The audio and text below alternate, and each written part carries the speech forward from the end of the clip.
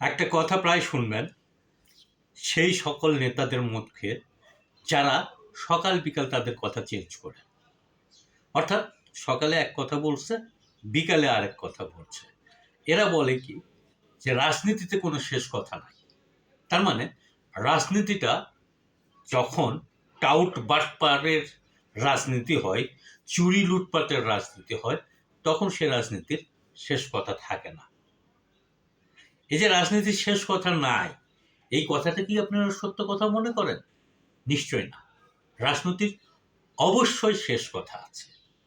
রাজনীতির শুরুর কথা মানুষের কথা, এবং রাজনীতির শেষ কথা হলো মানুষের কল্যাণী রাজনীতি।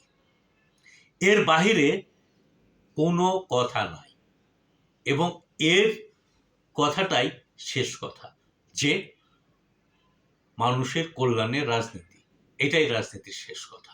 যারা বলে যে রাজনীতিতে শেষ কথা বলে কিছু নাই, তারা বেসিক্যালি টাউটারি করে, ইঁতরামি করে।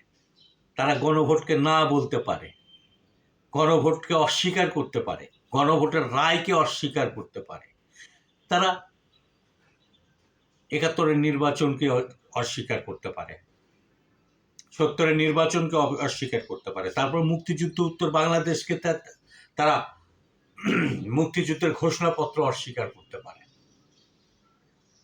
এরা বলে রাজনীতিতে শেষ কথা নাই। নিশ্চয়ই রাজনীতিতে শেষ কথা আছে, এবং সে কথাটি হলো জনগণের কল্যাণী রাজনীতি।